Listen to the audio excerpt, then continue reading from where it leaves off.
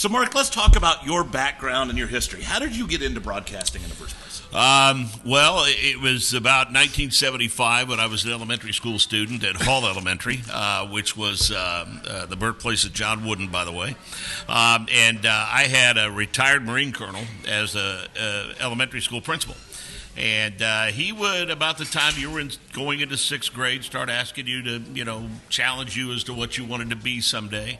And so I guess it was my turn because we came in from recess. I could take you to that school today and show you right where this conversation took place. Coming up the steps, going back into the building, he called me Howard Cosell because I had a big love of sports and I wouldn't ever shut up.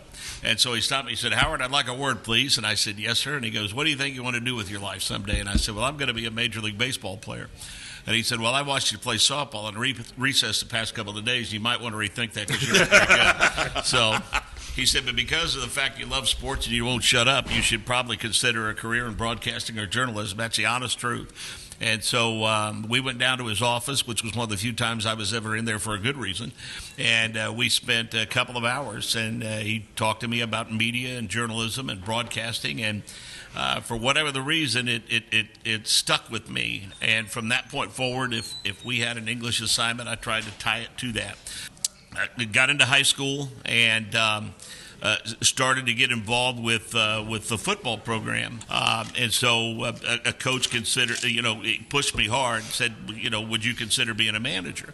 And so I agreed, and I spent all summer working with the football team, and it came time to go on vacation. And I had to call the football coach and say, "Hey, I'm not going to be at our live-in camp next week because I'm going with my parents to Colorado Springs." And I said, "I'll see you when I get back." And he said, "No, you won't." He said, "We got to have commitment from everybody in our program." He said, "I'd like to go on vacation too, but I can't." And I said, "Well, can I think about it and call you back?" He said, "No, if I see you Monday, I see you. If I don't, no hard feelings. I understand."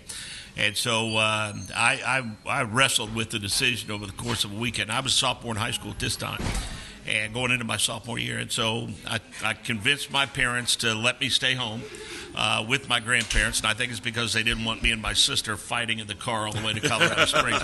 So it was an easy decision for them. And so I walked in the football building on Monday, and he says, "I would have lost the bet, but I'm glad you're here."